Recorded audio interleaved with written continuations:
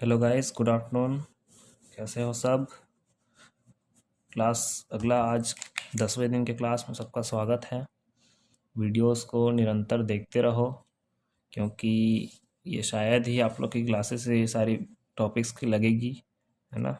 तो वीडियोस को निरंतर देखते रहो और घर के लिए जो छोटा छोटा काम दे रहा हूँ उसको करते रहो, ठीक है। चलो आज दूसरे एक और टॉपिक पर डिस्कस करेंगे, इसी ट्रांसफार्मर चैप्टर का। इस टॉपिक के बारे में पहले भी मैंने बताया है। नाम है ऑटो ट्रांसफार्मर।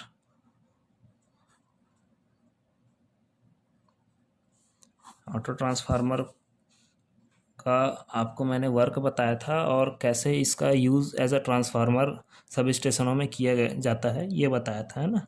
बट इसका एक और काम है जो कि हम लोग जनरली वे पे लेते हैं, प्रैक्टिकली लेते हैं, और उसको बोला जाता है वेरिएक, ठीक है। वेरिएक बोला जाता है ट्रांसफार्मर को, ये जो ऑटो ट्रांसफार्मर है उसको। तो वेरिएक का पूरा नाम होता है, वेरी का होता है वेरिएबल, ठीक है। और एक एक्स जो लिखा हुआ है उसका मतलब होता है एसी, ठीक है।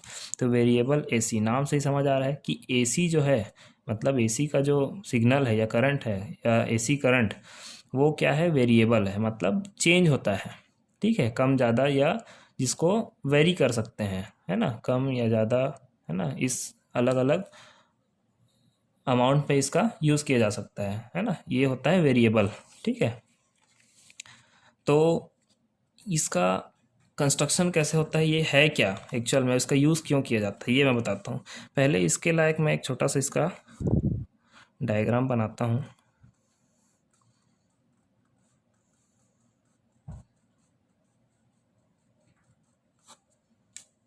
ये हो गया आपका प्राइमरी वाइंडिंग, ये हो गया कोर, और इधर से ले लेते हैं सेकेंडरी वाइंडिंग,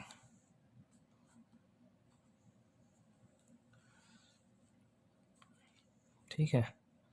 तो ये क्या हो गया, लिख देता हूँ मैं पहले, प्राइमरी वाइंडिंग, और इधर है ये वाला कौन सा है, सेकेंडरी वाइंडिंग। अपन बात करते हैं नॉर्मल वेरिएक की, जो कि होती है, चाहे जितना का भी ले सकते हो, 3 फेस का या सिंगल फेस का, जैसा भी मान के चलो। अपन एग्जांपल एक बात करते हैं कि ये सिंगल फेस एसी का वेरिएक है, ठीक है। मतलब 230 240 यहाँ तक के लिए काम करेगा। अब क्या होता है वेरिएक में, इसका काम ये है, काम का मतलब कंस्ट्रक्शन पहले बताता हूँ फिर बताता हूँ काम। इसमें बहुत सारे टैपिंग्स होते हैं, ठीक है। ये हर टर्न में अलग अलग अमाउंट पे बहुत सारे टैपिंग्स निकाल देते हैं इसमें। टैपिंग मतलब कॉइल के बीच से कनेक्शन, है ना। कॉइल के बीच का जो वाइंडिंग के बीच से एक तार वहाँ से कनेक्शन निकाल देते हैं। और उसके बाद क्या होता है, एक रेगुलेटर होता है, ठीक है। रेगुलेटर होता है, रेगुलेटर में नोज़ होता है, एक नोज़, ठीक है। तो अपन देखें अपने जो अपना कॉलेज था, वहाँ कॉलेज के सामने में मतलब अपना हमारे मेरे टेबल पे एक इतना बड़ा सा चीज़ रखा रहता था, ठीक है। उसके ऊपर ऐसे घुमाने वाला काला कलर का एक नोज़ रहता था, ठीक है, रेगुलेटर रहता था, और बहुत वजन था वो, है ना। वही है वेरिएक, उसी को बोलते हैं वेरिएक, वेरिएबल एसी। वो किसकी तरह काम करता था, एक रेगुलेटर की तरह काम करता था, है ना। उसको जीरो करोगे तो जीरो वोल्टेज, फिर धीरे धीरे क्या है, वोल्टेज बढ़ते जाता था। मतलब क्या हो रहा है कि मैं अगर इसमें एसी सप्लाई देता हूँ और ऊपर वाले को मैं फेस मानता हूँ, नीचे वाले को न्यूट्रल मानता हूँ, तो इधर भी ऊपर फेस आएगा और इधर न्यूट्रल बनेगा, ठीक है, ट्रांसफार्मर के जैसे। अब क्या होगा कि मैं इसमें अगर नोज को रखूँगा इसको, ठीक है, तो क्या होगा कि कम वोल्टेज आएगा, या फिर अगर इनिशियल पॉइंट पर रखता हूँ तो वोल्टेज कितना रहेगा, 0 रहेगा। फिर क्या हो जाएगा, 20 हो जाएगा, फिर 50 हो जाएगा, फिर 100, है ना। तो मतलब क्या होगा कि जैसे जैसे मैं टर्न्स की संख्या में बढ़ाते जाऊंगा, अब यहाँ पे जो एरो को यहाँ पे रखा था, है ना, घुमाया था उसको, उसके रेगुलेटर को, मैं अब थोड़ा आगे घुमाता हूँ, तो अब उसको कितना, थोड़ा सा कॉइल मिल गया, कॉइल मिल गया मतलब कुछ वोल्टेज बताएगा, फिर थोड़ा सा आगे बढ़ाते गया, थोड़ा सा आगे बढ़ाते गया, तो ऐसे करके क्या होता है, वोल्टेज का जो मान है वो धीरे धीरे बढ़ता है या फिर बढ़े हुए से कम होता है। ठीक है, ये काम होता है वेरिएबल एसी का, मतलब ऑटो ट्रांसफार्मर का। ऑटो ट्रांसफार्मर के केस में मैंने उस समय भी यही बताया था कि कैसे स्टेप अप और स्टेप डाउन ट्रांसफार्मर बनाया जाता है ना। तो अभी क्या कर रहे हैं अपन, इधर पे करेंगे तो स्टेप डाउन हो रहा है, ठीक है, स्टेप डाउन ट्रांसफार्मर है, हो गया। अगर यहाँ पे रखते हैं तो, क्योंकि इधर का वोल्टेज 240 है और इधर अपने को कितना मिल रहा है, 20-30 यहाँ पे मिलेगा, फिर धीरे धीरे जैसे जैसे बढ़ाते जाएंगे वैसे वैसे क्या होते जाएगा, इसका वोल्टेज का जो मान है वो क्या होते जाएगा, बढ़ते जाएगा। मतलब ये है कि बिना किसी रजिस्टेंस का, है ना, प्रतिरोध या किसी क्षति वाले एलिमेंट का, क्योंकि रेजिस्टेंस में क्या होता है, लॉसेस होते हैं, बहुत सारे हीट लॉस होते हैं, है ना, तो उन सब का प्रयोग किए बिना उचित रूप से वोल्टेज के मान को कम ज़्यादा किया जा सकता है इसके सहायता से। किसके सहायता से, ऑटो ट्रांसफार्मर की सहायता से। ठीक है, अपने पास 2 ऑटो ट्रांसफार्मर है, जब आप लोग आओगे तो उसमें एक प्रैक्टिकल अच्छे से और कर लेंगे, देखेंगे कैसा काम करता है। बट अंदर का कंस्ट्रक्शन मैं आप लोग को बता रहा हूँ कि अंदर का कंस्ट्रक्शन कुछ इसी प्रकार से होता है। ठीक है, बहुत सारे वेरियस क्या होते हैं उसमें, टैपिंग्स होते हैं, उस टैपिंग में क्या रख देते हैं, एक नोज रख देते हैं, ठीक है, और उस नोज को घुमाया जाता है, घुमाने से उसका वोल्टेज में क्या आता है, अंतर आता है, वेरिएबल वोल्टेज निकलता है। ठीक है, ये होता है ऑटो ट्रांसफार्मर। ठीक है,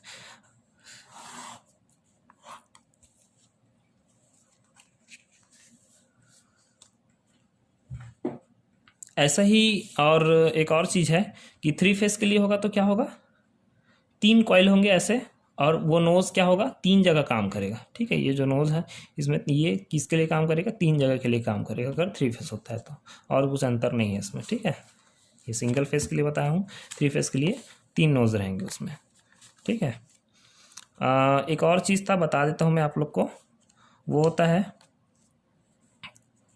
कि जैसे ऑटो ट्रांसफार्मर, ये तो खैर प्रैक्टिकल के लिए यूज़ किया जाता है, वोल्टेज को कम ज़्यादा करने के लिए, इस टाइप का ऑटो ट्रांसफार्मर के बेस्ड पर बना हुआ है। बट ऑटो ट्रांसफार्मर जो कि स्थैतिक ट्रांसफार्मर, जो कि एक वैल्यू रहता है जिसमें, वो भी ऑटो ट्रांसफार्मर ही कहलाता है, बाकी उसका वैल्यू एक ठो रहता है, जिसके बारे में पहले एक वीडियो में बताया हूँ कि अगर वो या तो फिर वो स्टेप अप रहेगा या तो स्टेप डाउन रहेगा। तो उसमें 3 फेस का कैसे कनेक्शन होता है, तो उसमें 3 फेस का कैसे कनेक्शन होगा कि एक बॉक्स होता है, एक बॉक्स होता है 3 फेस के लिए, 3 लिम्ब होंगे उसमें। 3 फेस ट्रांसफार्मर भी है आप लोग के सिलेबस में, इसी कारण इसको बता रहा हूँ मैं। जनरली 3 फेस में ट्रांसफार्मर के लिए ऑटो ट्रांसफार्मर का यूज़ किया जाता है। क्या होगा 3 फेस है मतलब 3 कॉइल रहेंगे, सीधी बात।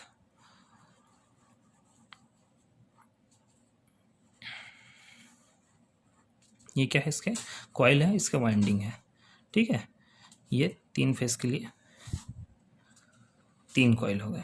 ठीक है, अगर अब डिपेंड करता है कि ये स्टेप अप यूज़ करना है, स्टेप डाउन यूज़ करना है, तो उस हिसाब से क्या होता है, या तो अगर ये ऑटो ट्रांसफार्मर अगर नहीं होता, नॉर्मल ट्रांसफार्मर होता है 3 फेस का, तो क्या करते हैं, इसी के ऊपर एक और कॉइल को लपेटा जाता। ठीक है, अगर स्टेप अप बनाना है तो इसके ऊपर पहले से जो कॉइल है प्राइमरी वाइंडिंग के ऊपर बहुत ज़्यादा टर्न्स वाले और कॉइल लपेटे जाते हैं, जिससे कि क्या हो जाता है, वो स्टेप अप ट्रांसफार्मर बन जाता है। और अगर स्टेप डाउन बनाना होता तो क्या होता है, इसी ट्रांसफार्मर के ऊपर, इसी कॉइल के ऊपर कम टर्न, इससे इस कॉइल से कम टर्न्स वाले वाइंडिंग किए जाते हैं इसमें। ठीक है, तीनों में। ऑटो ट्रांसफार्मर में क्या होगा कि कुछ नहीं होगा, अगर स्टेप डाउन करना है तो क्या होगा कि किसी बीच से एक कनेक्शन निकाल देंगे। ठीक है, जितना अपने को वोल्टेज चाहिए उतना कनेक्शन निकाल देंगे, और यही कनेक्शन क्या हो जाएगा, ये देखो अब क्या हुआ, यहाँ पे स्टेप अप दे रहे थे, ज़्यादा कॉइल में ज़्यादा वोल्टेज दे रहे थे, और यहाँ पे जो निकलेगा वो इस वोल्टेज से कम वोल्टेज रहेगा दोनों साइड। तो इस प्रकार से 3 फेस ऑटो ट्रांसफार्मर का कनेक्शन होता है। ठीक है, चलिए चलिए होमवर्क की बारी आती है। तो आज का बड़ा इंटरेस्टिंग होमवर्क मैं आपको दे रहा हूँ। होमवर्क ये है आपका कि आप लोग को कुछ लिखना नहीं है, एक मेरे को फ़ोटो भेजना है। फ़ोटो ये भेजना है कि आपके घर में कहीं पे भी ट्रांसफार्मर छोटा बड़ा जैसा भी ट्रांसफार्मर लगा होगा, है ना, एक ट्रांसफार्मर का इसका फ़ोटो देना है। ठीक है, उस ट्रांसफार्मर का फ़ोटो खींचना और उसमें ये लिखना कि उस ट्रांसफार्मर कितने वोल्ट का है, 12 वोल्ट का या फिर जितना भी होगा उसका वोल्टेज लिखना है। ठीक है, वोल्टेज, उसका पावर कितना है, ठीक है, उसका पावर कितना है ये भी लिखना और उसमें कितने टर्मिनल्स हैं और वो कितने करंट तक के लिए काम करता है। मतलब कुल मिला के आपको उस ट्रांसफार्मर में देखना है, खोलना, जहाँ पे भी ट्रांसफार्मर लगा होगा आप लोग को लगता है कि इसमें ट्रांसफार्मर होगा, उसको खोलना, उसका एक पिक लेना और उसमें देखना कि वो कितने वोल्टेज पर काम करता है या कितने करंट पर काम करता है या पावर क्या है उसका, है ना, उसको निकालना और एक उसका छोटा सा डिटर्मिनेशन बना के मेरे को देना है। ठीक है, आप सभी लोगों को। ठीक है, ये आपका होमवर्क है। चलिए।